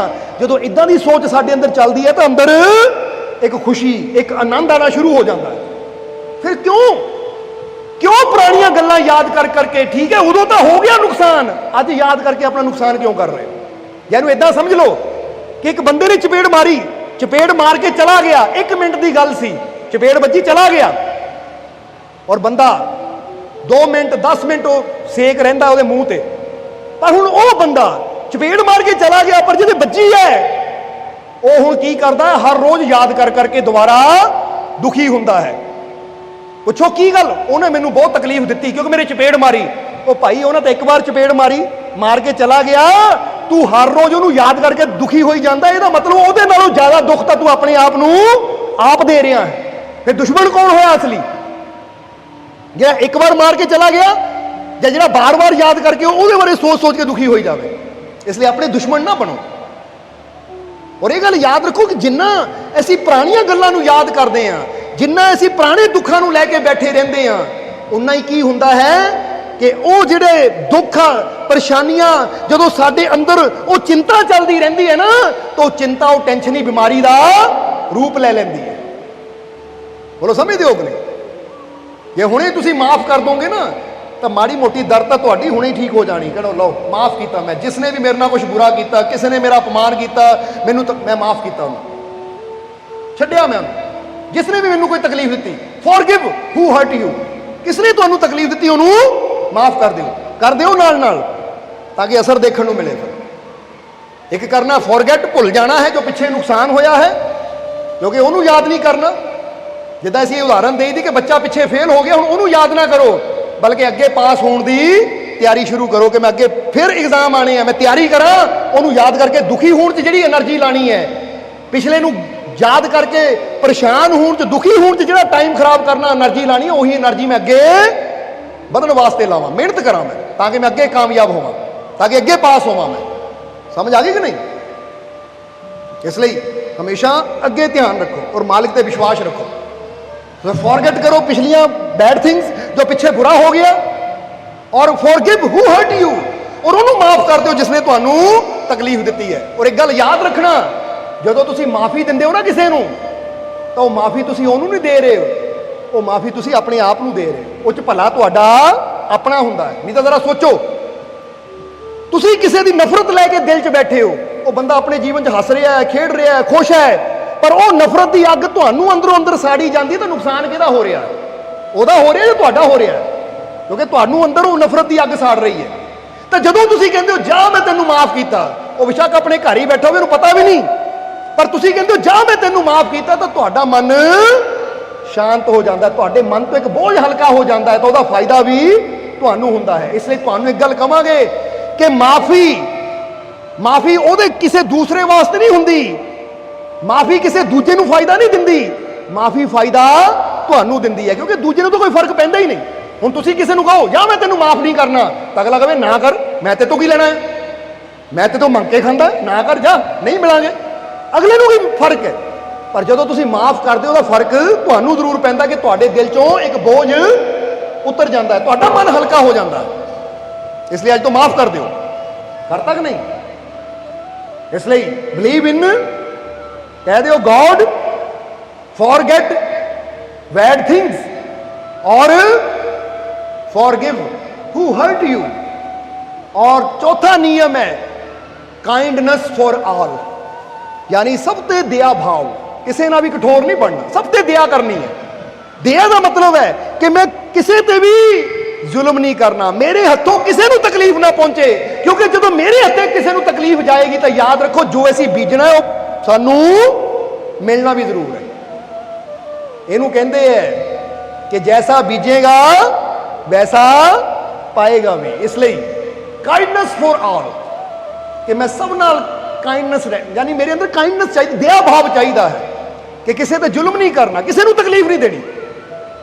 ਜਿੱਦਾਂ ਦੱਸੀਦਾ ਨਾ ਕਿ ਹਜ਼ੂਰ ਮੁਹੰਮਦ ਸਾਹਿਬ ਜਾ ਰਹੇ ਸੀ, ਜਰਾ ਗੌਰ ਕਰਨਾ ਇੱਥੇ ਹਜ਼ੂਰ ਦੇ ਜੀਵਨ ਦੀ ਬੜੀ ਪਿਆਰੀ ਗੱਲ, ਕਿਉਂਕਿ ਕਾਈਂਡਨੈਸ ਦੀ ਗੱਲ ਚੱਲੀ ਹੈ। ਤਾਂ ਹਜ਼ੂਰ ਮੁਹੰਮਦ ਸਾਹਿਬ ਜਾ ਰਹੇ ਸੀ ਆਪਣੇ ਸੇਵਕਾਂ ਨਾਲ, ਪਗਡੰਡੀ ਸੀ ਛੋਟੀ ਜਿਹੀ, ਤਾਂ ਪਗਡੰਡੀ ਵਿੱਚ ਇੱਕ ਨਾ ਕੁੱਤੀ ਸੀ ਆਪਣੇ ਬੱਚਿਆਂ ਨੂੰ ਦੁੱਧ ਪਿਲਾ ਰਹੀ, ਇੱਕ ਮਾਂ ਆਪਣੇ ਬੱਚਿਆਂ ਨੂੰ ਦੁੱਧ ਪਿਲਾ ਰਹੀ ਹੈ, ਕੁੱਤੇ ਦੇ ਬੱਚੇ। ਹੁਣ ਜਦੋਂ ਹਜ਼ੂਰ ਜਾ ਰਹੇ ਸੇਵਕ ਅੱਗੇ ਹੋ ਕੇ ਉਹਨਾਂ ਨੂੰ ਪਰੇ ਕਰਨ ਲੱਗਾ ਤਾਂ ਹਜ਼ੂਰ ਨੇ ਕਿਹਾ ਰੁਕ, ਦੇਖਿਆ ਨਹੀਂ ਉਹਦੇ ਬੱਚੇ ਭੁੱਖੇ ਆ, ਉਹ ਦੁੱਧ ਪੀ ਰਹੇ ਆਪਣੀ ਮਾਂ ਦਾ। ਕਹਿੰਦਾ ਹਜ਼ੂਰ ਫਿਰ ਇੱਧਰ ਤਾਂ ਰਸਤਾ ਹੀ ਹੈ ਨਹੀਂ। ਹਜ਼ੂਰ ਕਹਿੰਦੇ ਜੇ ਰਸਤਾ ਨਹੀਂ ਹੈ ਤਾਂ ਰਸਤਾ ਬਣਾ ਲਈਏ, ਥੋੜਾ ਬਚ ਕੇ ਜਾਣਾ ਪਏਗਾ, ਝਾੜੀਆਂ ਚੋਂ ਨਿਕਲਣਾ ਪਏਗਾ, ਪਰ ਉਹਨਾਂ ਨੂੰ ਪਰੇਸ਼ਾਨੀ ਤਾਂ ਨਹੀਂ ਹੋਏਗੀ। ਕਹਿੰਦੇ ਉਹ ਰੱਬ ਦਾ ਪਿਆਰਾ ਨਹੀਂ ਹੁੰਦਾ ਜਿਹੜਾ ਆਪਣੀ ਆਸਾਨੀ ਵਾਸਤੇ ਦੂਜਿਆਂ ਨੂੰ ਪਰੇਸ਼ਾਨੀ ਦੇਵੇ। ਰੱਬ ਦਾ ਪਿਆਰਾ ਉਹ ਹੁੰਦਾ ਹੈ ਕਿ ਆਪ ਥੋੜੀ ਪਰੇਸ਼ਾਨੀ ਚੱਲ ਲਵੇ ਪਰ ਦੂਜੇ ਨੂੰ ਉਹ ਪਰੇਸ਼ਾਨ ਨਹੀਂ ਕਰ ਸਕਦਾ। ਇਹਨੂੰ ਕਹਿੰਦੇ ਕਾਈਂਡਨੈਸ। ਜਰਾ ਸੋਚੋ ਸਾਰੇ ਜੀ, जरा समझो सारे जी इस चीज ਨੂੰ। ਕਹਿੰਦੇ ਐ ਕਿ ਇੱਕ ਦਿਨ ਨਾ दो नौजवान 10 आदमी किते यात्रा ते सफर ते आए, यानी दूरों प्रदेशों आए, तो 2 नौजवान उन्होंने खाना खिला रहे हैं, उन्होंने खाना खिला रहे हैं। तो जो वो 10 आदमी खाना खा रहे हैं तो उन्होंने देखा कि एक फकीर, बिरध या फकीर बैठा सुक्की रोटी पानी ना भे के खा रहा है, सुक्की रोटी पानी ना भे के खा रहा है। तो 10 आदमी जिहड़े मुसाफिर सी उन्होंने 2 नौजवानों को कहा कि देखो वो एक बिरध फकीर बैठा पानी नाल सुक्की रोटी भे भे के खा रहा है, जरा उन्होंने भी रोटी दे दिओ, तुसीं सानूं इन्ना वधिया वधिया खाना दे रहे हो, उन्होंने भी रोटी दे दिओ ताकि वो फकीर जिहड़ा पानी नाल भे भे के रोटी खा रहा है उन्होंने भी थोड़ी खुशी मिल जाए। तो उस वेले नौजवानों ने पता की किया, कहंदे वो कोई फकीर नहीं है, वो साडे पिता हजरत अली है, मेरा नाम हसन है तो मेरा भरा हुसैन है, और आ जिहड़ा लंगर तुसीं खा रहे हो ना, खाना खा रहे हो, ये उन्हां दा ही है। जदों तुहानूं भुखियां नूं देखिया तो उन्होंने आप सुक्की रोटी पानी च भे के खानी मंजूर कर लई, पर कहंदे आए हुए मुसाफिरां नूं पेट भर के चंगा भोजन कराओ। ये है फकीर, इहनूं कहंदे काइंडनेस, दया भाव। इत्थे बंदा की कहंदा उहनूं रुखी दे दिओ भाई, मैनूं चोपड़ी आण दिओ, मैनूं तो 36 प्रकार के पकवान आण दिओ, उहनूं रुखी मिस्सी खिला दिओ। जदों हजरत अली भोजन करन लगे सी, होया की सी, जदों हजरत अली नूं खाना खाण लगे तो पता लगा कि 10 मुसाफिर आए जिहड़े भुखे है। तो हजरत अली ने कहा हसन हुसैन नूं कि जाओ बेटा पहला भोजन उन्हां नूं करा दिओ, जे बच गया तो खा लावांगे, नहीं तो कोई गल नहीं, शुक्र है रब दा। तो उस वेले किसी ने कहा हजरत ये किस कि जे तुसी भोजन उन्होंने दे दिता तो तुसी आप की खाओगे, क्योंकि वो 10 इंसान है, जे वो भोजन खाओगे तुसी भुखे रहोगे, तुहानू की मिलेगा। तो उस वेले हजरत अली ने कहा कि जे वो 10 आदमी रज के जाणगे ना तो मैनू की मिलेगा, मैनू मेरे खुदा की खुशी मिलेगी, मेरे खुदा का प्यार मिलेगा। जे भोजन करूंगा तो मेरा पेट भरेगा, मैं खुश होऊंगा, पर जे वो भर पेट भोजन कर लेंगे तो फिर मेरा खुदा खुश होएगा, और मेरी खुशी नालों मेरे यार की खुशी ज्यादा बड़ी है। इनू कहते काइंडनेस। देखो कि मैं सब ते दया करनी है, ये चौथा नियम है अगर असीं चाहते हैं सारे दुखों तो मुक्ति। और 5वां नियम की है? 5वां नियम है कि स्माइल विद फेथ। जरा गौर कर कि अपने चेहरे ते कहते विश्वास नाल मुस्कुराओ। की करना है? एक फेथ, एक यकीन नाल साडे चेहरे ते एक मुस्कुराहट रहनी चाहिए, स्माइल। क्योंकि एक हुंदा उद्दां ही हसना, पर एक हुंदी है विश्वास की स्माइल, विश्वास की हसी, कि जे मैं हस रहा हाँ तो उद्दां ही नहीं हस रहा, मैं हस रहा क्योंकि मैनू अपने मालिक दे विश्वास बहुत है। हुण जरा दिखा दिओ स्माइल फिर है कि नहीं तुहानू? इहनूं कहंदे स्माइल विद फेथ। फेथ यानी विश्वास, विश्वास के नाल मुस्कुराना। और ये विश्वास जो मालिक ते होवे ਤਾਂ ਫਿਰ ਇਨਸਾਨ ਦੁੱਖਾਂ ਨੂੰ ਦੇਖ ਕੇ ਹਾਏ ਹਾਏ ਨਹੀਂ ਕਰਦਾ, ਫਿਰ ਆਪਣੇ ਮਾਲਿਕ ਤੇ ਯਕੀਨ ਰੱਖਦਾ ਹੈ। ਇਸ ਲਈ ਤਾਂ ਇੱਕ ਹੋਰ ਮੌਲਾਨਾ ਰੂਮੀ ਦੀ ਗੱਲ ਯਾਦ ਆ ਗਈ, ਦੱਸਾਂਗੇ ਫਿਰ ਸਤਸੰਗ ਦੀ ਸਮਾਪਤੀ ਕਰਾਂਗੇ। ਕਿ ਮੌਲਾਨਾ ਰੂਮੀ ਕਹਿੰਦੇ ਹੈ ਕਿ ਜੀਵਨ ਦੇ ਵਿੱਚ ਕਾਮਯਾਬ, ਸਫਲ ਔਰ ਖੁਸ਼ੀਆਂ ਵਾਸਤੇ ਆਪਣੇ ਰੱਬ ਤੇ ਵਿਸ਼ਵਾਸ ਰੱਖਣਾ ਉਸੇ ਤਰ੍ਹਾਂ ਜ਼ਰੂਰੀ ਹੈ ਜਿਸ ਤਰ੍ਹਾਂ ਇਹ ਜੀਵਨ ਵਾਸਤੇ ਹਵਾ ਔਰ ਪਾਣੀ। ਇਹ ਬੜੀ ਪਿਆਰੀ ਗੱਲ ਹੈ। ਮੌਲਾਨਾ ਰੂਮੀ ਕਹਿੰਦੇ ਜਿੱਦਾਂ ਇਹ ਜੀਣ ਵਾਸਤੇ ਹਵਾ ਔਰ ਪਾਣੀ ਜ਼ਰੂਰੀ ਹੈ, ਇਦਾਂ ਹੀ ਖੁਸ਼ੀ, ਕਾਮਯਾਬੀ, ਸਫਲਤਾ ਵਾਸਤੇ ਆਪਣੇ ਰੱਬ ਤੇ ਯਕੀਨ ਹੋਣਾ ਬਹੁਤ ਜ਼ਰੂਰੀ ਹੈ। ਜੋ ਤੁਹਾਨੂੰ ਯਕੀਨ ਹੈ ਜਾਂ ਨਹੀਂ, ਵਿਸ਼ਵਾਸ ਹੈ ਜਾਂ ਨਹੀਂ? ਤਾਂ ਜੇ ਹੈ ਤਾਂ ਸਮਝ ਲਓ ਜਿਹਦੇ ਅੰਦਰ ਵਿਸ਼ਵਾਸ ਹੈ ਉਹਦੇ ਵਾਸਤੇ ਖੁਸ਼ੀਆਂ ਦਾ ਦਰਵਾਜ਼ਾ ਜ਼ਰੂਰ ਖੁੱਲੇਗਾ।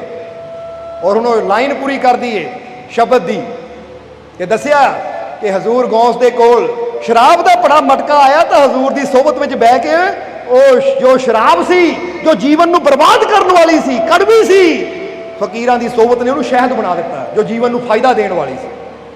ਇੱਦਾਂ ਹੀ ਤਾਂ ਕਿਹਾ ਜਾਂਦਾ ਹੈ ਕਿ ਫਕੀਰਾਂ ਦੀ ਜ਼ਿੰਦਗੀ ਸਾਡੇ ਸਰੀਰ ਨੂੰ ਨਹੀਂ ਬਦਲਦੀ, ਸਾਡੇ ਪਹਿਰਾਵੇ ਨੂੰ ਨਹੀਂ ਬਦਲਦੀ, ਪਰ ਫਕੀਰਾਂ ਦੇ ਸ਼ਬਦ, ਫਕੀਰਾਂ ਦੀ ਸੰਗਤ ਸਾਡੇ ਅੰਦਰ ਨੂੰ ਬਦਲ ਕੇ ਰੱਖ ਦਿੰਦੀ ਹੈ। ਬਾਹਰੋਂ ਘੜਾ ਨਹੀਂ ਬਦਲਿਆ ਪਰ ਅੰਦਰਲੀ ਤਸਵੀਰ ਬਦਲ ਗਈ। ਸ਼ਰਾਬ ਸੀ, ਸ਼ਹਿਦ ਹੋ ਗਿਆ। ਇਸੇ ਤਰ੍ਹਾਂ ਜਿਹੜੇ ਬੁਰੀ ਸੋਚ ਦੀਆਂ ਸ਼ਰਾਬਾਂ ਲੈ ਕੇ ਬੈਠੇ ਐ, ਜਿਹੜੇ ਸ਼ੰਕਾਵਾਂ ਦੀਆਂ, ਚਿੰਤਾਵਾਂ ਦੀਆਂ ਉਹ ਸ਼ਰਾਬਾਂ ਲੈ ਕੇ ਬੈਠੇ, ਜਿਹੜੇ ਉਹਨਾਂ ਦੇ ਜੀਵਨ ਨੂੰ ਖਤਮ ਕਰਨ ਵਾਲੀਆਂ ਹੈ, ਜਦੋਂ ਉਹ ਇਨਸਾਨ ਫਕੀਰਾਂ ਦੀ ਸੋਬਤ ਵਿੱਚ ਆਣਾ ਸ਼ੁਰੂ ਕਰ ਦਿੰਦੇ ਐ ਤਾਂ ਫਕੀਰ ਫਿਰ ਉਹਨਾਂ ਨੂੰ ਆਪਣੀ ਰਹਿਮਤ ਦੇ ਸ਼ਹਿਦ ਨਾਲ ਭਰ ਦਿੰਦੇ ਐ, ਜਿਹੜਾ ਸਾਡੇ ਜੀਵਨ ਨੂੰ ਬਣਾਉਣ ਵਾਲਾ ਹੈ, ਸਾਡੇ ਜੀਵਨ 'ਚ ਮਿਠਾਸ ਪੈਦਾ ਕਰਨ ਵਾਲਾ ਹੈ। ਇਸ ਲਈ ਕਹਿੰਦੇ ਜਿਸ ਰਹਿਮਤ ਵਿੱਚ ਫਕਰ ਖੇਲੇ ਉਹਦੀ ਖਬਰ ਨਾ ਸ਼ਾਹ ਨਵਾਬਾਂ, ਉਹ ਘੜੇ ਸ਼ਹਿਦ ਹੋ ਜਾਂਦੇ ਜੋ ਭਰੇ ਸੀ ਨਾਲ ਸ਼ਰਾਬਾਂ। ਫਕੀਰਾਂ ਦੀ ਸੋਬਤ ਚਾਣਨਾ ਉਹ ਘੜੇ ਸ਼ਹਿਦ ਹੋ ਜਾਂਦੇ ਜੋ ਭਰੇ ਸੀ ਨਾਲ ਸ਼ਰਾਬਾਂ। ਔਰ ਜਰਾ ਅਗਲੀ ਲਾਈਨ ਸਮਝਣਾ, ਇਹ ਬੜੀ ਪਿਆਰੀ ਲਾਈਨ ਹੈ ਕਿ ਇੱਕ ਤਕੱਬਰ ਹੁੰਦਾ ਹੈ, ਇੱਕ ਗਰੂਰ ਹੁੰਦਾ ਹੈ, ਤਾਂ ਇੱਥੇ ਲਿਖਿਆ ਨਾਲ ਗਰੂਰ ਉਹ ਕਦੇ ਨਹੀਂ ਮਿਲਦਾ। ਨਾਲ ਗਰੂਰ ਉਹ ਕਦੇ ਨਹੀਂ ਮਿਲਦਾ ਜੋ ਮਿਲਦਾ ਨਾਲ ਅਦਾਬਾਂ। ਅਦਾਬ ਦਾ ਮਤਲਬ ਹੁੰਦਾ ਇੱਜ਼ਤ ਕਰਨੀ। ਕਹਿੰਦੇ ਜੇ ਫਕੀਰਾਂ ਦੇ ਦਰ ਤੇ ਜਾਣਾ ਤਾਂ ਗਰੂਰ ਲੈ ਕੇ ਜਾਏਗਾ ਤਾਂ ਤੈਨੂੰ ਉਹ ਚੀਜ਼ ਨਹੀਂ ਮਿਲੇਗੀ ਜੋ ਤੈਨੂੰ ਸਿਰ ਝੁਕਾਉਣ ਨਾਲ, ਇੱਜ਼ਤੋਂ ਅਦਾਬ ਨਾਲ ਮਿਲ ਸਕਦੀ ਹੈ। ਕਿਉਂਕਿ ਜਦੋਂ ਅਸੀਂ ਫਕੀਰਾਂ ਦੇ ਦਰ ਤੇ ਜਾ ਕੇ ਸਿਰ ਝੁਕਾਉਂਦੇ ਹਾਂ, ਇੱਜ਼ਤ ਅਦਾਬ ਕਰਦੇ ਹਾਂ ਫਕਰਾਂ ਦਾ, ਤਾਂ ਸਾਨੂੰ ਉਹ ਦਾਤਾਂ ਮਿਲ ਜਾਂਦੀਆਂ ਹੈ ਜਿਹੜੀਆਂ ਸੰਸਾਰ 'ਚ ਕਿਤੇ ਮਿਲਦੀਆਂ ਹੀ ਨਹੀਂ। ਇਸ ਲਈ ਸਮਝਣਾ, ਤਾਂ ਹੀ ਕਿਹਾ ਜਾਂਦਾ ਕਦੀ ਹੰਕਾਰ ਨਾਲ, ਗਰੂਰ ਲੈ ਕੇ ਨਾ ਜਾਓ। ਜਦ ਵੀ ਫਕੀਰਾਂ ਦੇ ਦਰ ਤੇ ਜਾਓ ਤਾਂ ਅਦਬ, ਅਦਾਬ, ਇੱਜ਼ਤ ਨਾਲ ਜਾਓ, ਪ੍ਰੇਮ ਨਾਲ ਜਾਓ। ਕਿਉਂਕਿ ਜੇ ਗਏ ਆ ਤਾਂ ਜਿਸ ਤਰ੍ਹਾਂ ਕਹਿੰਦੇ ਨਾ ਨਦੀ ਕੋਲ ਗਏ ਆ ਤਾਂ ਝੁਕ ਜਾਵਾਂਗੇ ਤਾਂ ਪਾਣੀ ਪੀ ਕੇ ਆਵਾਂਗੇ, ਪਾਣੀ ਲੈ ਕੇ ਆਵਾਂਗੇ। ਤਾਂ ਜੇ ਆਕੜ ਕੇ ਰਹੇ ਤਾਂ ਫਿਰ ਨਦੀ ਕੋਲ ਗਏ ਵੀ ਪਰ ਫਿਰ ਵੀ ਪਿਆਸੇ ਰਹਿ ਜਾਵਾਂਗੇ। ਇਸ ਲਈ ਨਾਲ ਗਰੂਰ ਉਹ ਕਦੇ ਨਹੀਂ ਮਿਲਦਾ ਜੋ ਮਿਲਦਾ ਨਾਲ ਅਦਾਬਾਂ। ਉਹ ਸਾਹਿਬ ਰੱਬ ਤੇ ਰੱਖ ਭਰੋਸਾ, ਸਾਹਿਬ ਰੱਬ ਤੇ ਰੱਖ ਭਰੋਸਾ, ਉਹ ਦਿੰਦਾ ਬੇਹਿਸਾਬਾਂ। ਕਹਿੰਦੇ ਆਪਣੇ ਰੱਬ ਤੇ ਭਰੋਸਾ ਰੱਖੋ। ਉਹ ਜਦ ਵੀ ਦਿੰਦਾ ਨਾ ਗਿਣਤੀ ਕਰਕੇ ਨਹੀਂ ਦਿੰਦਾ ਮੈਂ ਕਿੰਨਾ ਦੇ ਰਿਹਾ, ਕਿੰਨਾ ਦੇਣਾ ਹੈ। ਜਦੋਂ ਉਹ ਦੇਣ ਤੇ ਆ ਜਾਵੇ ਤਾਂ ਬੇਹਿਸਾਬ ਦੇਣਾ ਸ਼ੁਰੂ ਕਰ ਦਿੰਦਾ ਹੈ ਕਿ ਬੰਦਾ ਦਿੰਦਾ ਦੇ ਲੈਂਦੇ ਥਕ ਪਾਹੀ, ਜੁਗਾ ਜੁਗੰਤਰ ਖਾਹੀ ਖਾਈ। ਬੰਦਾ ਮੁੱਕ ਜਾਂਦਾ ਹੈ ਪਰ ਉਹਦੀਆਂ ਰਹਿਮਤਾਂ ਨਹੀਂ ਮੁੱਕਦੀਆਂ। ਇਸ ਲਈ ਆਪਣੇ ਮਾਲਿਕ ਦੀ ਰਹਿਮਤ ਤੇ ਵਿਸ਼ਵਾਸ ਰੱਖੋ। ਔਰ ਆਪਣੇ ਆਪ ਨੂੰ ਕੀ ਕਹਿਣਾ ਹੈ? ਇੱਕ ਜੀਵ ਦੇਖਿਆ ਕਿ ਉਹ ਕਹੇ ਮਾਲਕੋ ਮੈਂ ਬੜਾ ਬਦਕਿਸਮਤ ਹਾਂ। ਉਹਨਾਂ ਕੋਈ ਇਦਾਂ ਦੀ ਬੇਨਤੀ ਕੀਤੀ ਮੈਂ ਬੜਾ ਬਦਕਿਸਮਤ ਹਾਂ, ਤਾਂ ਸਾਨੂੰ ਬੜੀ ਹੈਰਾਨੀ ਹੋਈ। ਇੱਥੇ ਇੱਕ ਛੋਟਾ ਜਿਹਾ ਕਿੱਸਾ ਸ਼ੇਖ ਸਾਦੀ ਦਾ ਯਾਦ ਆ ਗਿਆ, ਜਿਹਦੇ ਨਾਲ ਹੀ ਸਮਾਪਤੀ ਕਰਾਂਗੇ। ਤਾਂ ਤੁਹਾਨੂੰ ਵੀ ਪਤਾ ਲੱਗੇਗਾ ਤੁਸੀਂ ਬਦਕਿਸਮਤ ਹੋ ਜਾਂ ਖੁਸ਼ਕਿਸਮਤ ਹੋ। ਕਿ ਸ਼ੇਖ ਸਾਦੀ ਦੇ ਨਾ ਦਰਬਾਰ ਤੇ, ਉਹ ਫਕੀਰਾਂ ਦੇ ਦਰ ਤੇ ਇੱਕ ਆਦਮੀ ਗਿਆ ਜਿਹਦਾ ਇੱਕ ਹੱਥ ਕੋਹਣੀ ਤੋਂ ਥੱਲੇ ਨਹੀਂ ਸੀ ਔਰ ਉਹਦੀ ਇੱਕ ਲੱਤ ਵੀ ਗੋਡੇ ਤੋਂ ਥੱਲੇ ਨਹੀਂ ਸੀ। ਉਹ ਵਿਸਾਖੀਆਂ ਦੇ ਸਹਾਰੇ, ਸੀੜੀ ਦੇ ਸਹਾਰੇ ਚੱਲਦਾ ਚੱਲਦਾ ਸ਼ੇਖ ਸਾਦੀ ਦੇ ਦਰਬਾਰ 'ਚ ਪਹੁੰਚਿਆ। ਹੁਣ ਜਦੋਂ ਦਰਬਾਰ 'ਚ ਪਹੁੰਚਿਆ ਤਾਂ ਸ਼ੇਖ ਸਾਦੀ ਬੈਠੇ ਹੈ। ਇਹਨਾਂ ਜਾ ਕੇ ਉਹਨਾਂ ਨੂੰ ਨਮਸਕਾਰ ਕੀਤੀ ਤਾਂ ਫਿਰ ਕਹਿਣ ਲੱਗਾ ਕਿ ਮਹਾਰਾਜ ਦੇਖੋ ਮੈਨੂੰ, ਮੈਂ ਕਿੰਨਾ ਬਦਕਿਸਮਤ ਹਾਂ। ਮੈਂ ਅਪਾਹਿਜ ਹਾਂ ਕਿ ਮੇਰਾ ਹੱਥ ਵੀ ਹੈ ਨਹੀਂ, ਮੇਰਾ ਪੈਰ ਵੀ ਹੈ ਨਹੀਂ। ਮੈਂ ਅਪਾਹਿਜ ਹਾਂ, ਮੈਂ ਕਿੰਨਾ ਬਦਕਿਸਮਤ ਹਾਂ। ਤਾਂ ਸ਼ੇਖ ਸਾਦੀ ਨੇ ਮੁਸਕਰਾ ਕੇ ਉਹਦੇ ਵੱਲ ਦੇਖਿਆ। ਉਹਨੂੰ ਪਤਾ ਕੀ ਕਿਹਾ? ਉਹ ਸ਼ੇਖ ਸਾਦੀ ਕਹਿੰਦੇ ਤੂੰ ਬਦਕਿਸਮਤ ਨਹੀਂ ਆ, ਤੂੰ ਬਹੁਤ ਖੁਸ਼ਕਿਸਮਤ ਹੈ। ਕਿਉਂਕਿ ਤੇਰੇ ਹੱਥ ਨਹੀਂ ਹੈ, यानी तेरा एक हथ नहीं है, फिर भी मैं तेनू देखिया कि तू राहे खुदा च सदका कीता। सदका कहने का मतलब दान कीता, अपने एक हाथ ना तू दान कीता, मैं देखिया तेनू। और तेरा एक पैर नहीं है, फिर भी तू बैसाखियां के सहारे चल के फकीर दे दर रब दे घर तक पहुंच गया। और जिहड़ा अपने हत्थां नाल राहे खुदा ते दान करता है और अपने पैरों नाल चल के फकीरां दे दर ते आ जाता है, रब दे घर च आ जाता, फिर वो बदकिस्मत नहीं, वो खुशकिस्मत हुंदा है, वो खुशकिस्मत हुंदा है। कहते बदकिस्मत तो वो है, ये गल याद रखना, शेख सादी ने कहा, कहते बदकिस्मत वो है कि जेदे हथ पैर तो पूरे है, हथ पूरे है, पैर पूरे है, अखां ठीक है, कन ठीक है, कि बदकिस्मत तो वो है जिहदे हथ पैर या शरीर के अंग तो पूरे है पर उन्हों का सही इस्तेमाल करना नहीं आता, वो अपाहिज है। तुहाडे पैर सही है पर तुसीं इन्हां पैरां नाल चल के किते सत्संग की तरफ नहीं गए, गुरु घर च नहीं गए, किसी का भला कर नहीं गए, तो फिर तुसीं अपाहिज हो। क्योंकि फिर तो पैर तो है पर पैरों का सही उपयोग करना नहीं आया सन। जे साडे हथ ठीक है पर इन्हां हत्थां नाल कदी दान नहीं किया, कोई अच्छा काम नहीं किया, कोई भलाई का काम नहीं किया, तो फिर इसका मतलब ऐसी अपाहिज है। क्योंकि हथ तो साडे है पर सानू इन्हां हत्थां का सही इस्तेमाल करना नहीं आता। साडे कन है सही है पर इन्हां कन्नां ने असीं चंगा ना सुनिया, संतां दी बाणी ना सुनी, संतां दे वचन ना सुने, इन्हां कन्नां दा सही उपयोग ना किया, तो फिर असीं अपाहिज है। क्योंकि सानू अपने कन्नां दी शक्ति का सही उपयोग करना नहीं आता।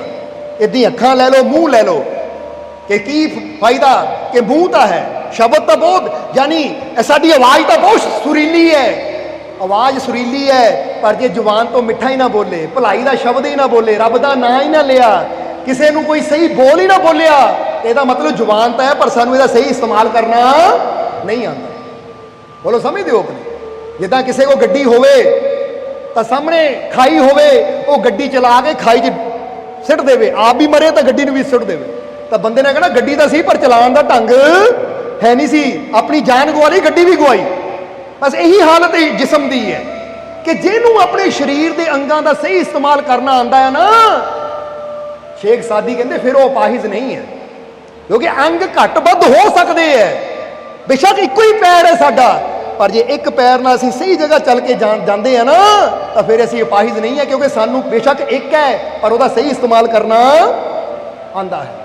क्योंकि साडे जिस्म के अंगों का सही इस्तेमाल करांगे तो फिर याद रखो, फिर साडे जीवन चो रब दीयां रहमतां, खुशियां सब कुछ आएगा। इसलिए अज तो अपने आप ना बचन करो कि जे मैनू रब ने हथ दिते है ना, पैर दिते है, तंदुरुस्त शरीर दिता है, तो मैं तंदुरुस्त अपाहिज नहीं बनना। क्योंकि कई तंदुरुस्त अपाहिज होंगे है कि शरीर तो तंदुरुस्त है पर उसका सही उपयोग करना आंदा ही नहीं है। अज तो मैं जे अंग तंदुरुस्त है तो अज मैं करनी भी अच्छी करनी है, जे मेरा जिस्म अच्छा है, तंदुरुस्त है, तो मैं करनी भी अच्छी करनी है। हत्थां का भी अच्छा उपयोग करना सीखना है, जुबान का भी अच्छा उपयोग करना सीखना है, कन्ना का भी अच्छा उपयोग करना सीखना है। हत्थां नाल मैं अपने जीवन में की अच्छा कर सकता है वो कोशिश करनी है। क्योंकि याद रखो, ये मायने नहीं रखांदा कि तुसीं काम की करदे हो, ये मायने नहीं रखांदा कि तुहाडे कोल की है, तुसीं की करदे हो, तुहाडे कोल की है, यानी बाहर की है तुहाडे कोल, ये मायने नहीं रखांदा। मायने ये रखांदा है कि तुसीं की हो, अच्छे हो या बुरे, और तुहाडे अंदर की है, विश्वास है या शंका, मायने ये रखांदा है। इसलिए अपने अंदर नूं बदलो तो तुहाडा जीवन अपने आप ही बदल जाएगा। बोलो समझते हो कि नहीं? इसलिए अज तो जिद्दां दसिया कि अपने मालिक ते विश्वास करना है और उन्होंने माफ करना है जिन्होंने सानू तकलीफ दी है, तो जो पिछे बुरा हो गया उन्होंने भुलाना है, सब ते दया करनी है और अपने फेस ते सदा की रखनी है, विश्वास नाल स्माइल, स्माइल विद फेथ, यकीन नाल मुस्कुराना है कि मैनू अपने मालिक ते पूरा यकीन है कि मेरा मालिक मेरे, मेरा मालिक मेरे, मेरा मालिक मेरे। और ये याद रखो कि जे जिद्दां घुग्गी बारे दसिया गुरप्रीत, ये दुख दूर हो सकते, तो जे वो लेडी की मिसाल दी अनीता कि अगर ਉਹਦੇ कैंसर का इलाज हो सकता है एक विश्वास नाल, शक्ति नूं जानन नाल, क्योंकि परम शक्ति है कि ठीक है, जिद्दां ही दसिया कि किसी हालात ते मेरा बस नहीं चलता, पर एक ताकत ऐसी है कि वह बस हर हालात ते चलता है, इसलिए मैं उत्ते विश्वास रखना है। ਹੁਣ ਬੰਦਾ ਕਹਿੰਦਾ ਨਾ ਜੀ ਮੇਰੇ ਆ ਮੁਸ਼ਕਿਲ ਆ ਗਈ, ਇਹ ਫਲਾਣੇ ਕੋਲ ਮੇਰਾ ਕੇਸ ਹੈ, ਹੁਣ ਉੱਤੇ ਮੇਰਾ ਬਸ ਨਹੀਂ ਚੱਲਦਾ, ਤਾਂ ਆਪਣੇ ਰੱਬ ਅੱਗੇ ਬੇਨਤੀ ਕਰ, ਕਿਉਂਕਿ ਰੱਬ ਦਾ ਬਸ ਤਾਂ ਸਭ ਤੇ ਚੱਲਦਾ ਹੈ। ਉਹਨੇ ਆਪੇ ਕਾਮਯਾਬੀ ਦੇਣੀ ਹੈ, ਸਫਲਤਾ ਦੇਣੀ ਹੈ, ਉੱਤੇ ਯਕੀਨ ਰੱਖ। ਇਸ ਲਈ ਆਪਣੇ ਮਾਲਿਕ ਤੇ ਯਕੀਨ ਰੱਖੋ, ਆਪਣੇ ਮਾਲਿਕ ਤੇ ਭਰੋਸਾ ਰੱਖੋ, ਔਰ ਫਿਰ ਤੁਸੀਂ ਦੇਖੋਗੇ ਕਿ ਤੁਹਾਡੇ ਜੀਵਨ 'ਚ ਚਮਤਕਾਰ ਵੀ ਹੋਣਗੇ, ਤੁਹਾਡੇ ਜੀਵਨ 'ਚ ਖੁਸ਼ੀਆਂ ਵੀ ਆਣਗੀਆਂ, ਕਿਉਂਕਿ ਨਾਮੁਮਕਿਨ ਵੀ ਮੁਮਕਿਨ ਹੋ ਜਾਂਦਾ ਜਦੋਂ ਇਨਸਾਨ ਆਪਣੇ ਮਾਲਿਕ ਤੇ ਵਿਸ਼ਵਾਸ ਰੱਖਦਾ ਹੈ। ਬੋਲੋ ਸਮਝਦੇ ਹੋ ਕਿ ਨਹੀਂ? ਇਸ ਲਈ ਆਖਰਲੇ ਵਚਨਾਂ 'ਚ ਇਹੀ ਕਵਾਂਗੇ ਕਿ ਕਹਿ ਦਿਓ ਮੈਨੂੰ ਆਪਣੇ ਮਾਲਿਕ ਤੇ ਪੂਰਾ, ਮੈਨੂੰ ਆਪਣੇ ਮਾਲਿਕ ਤੇ ਪੂਰਾ, ਮੈਨੂੰ ਆਪਣੇ ਮਾਲਿਕ ਤੇ ਪੂਰਾ, ਮੇਰੀਆਂ ਸੋਹਣਾ ਸੋਹਣਾ ਮੇਰਾ ਮੁਰਸ਼ਿਦ ਸੋਹਣਾ, ਸੋਹਣਾ ਸੋਹਣਾ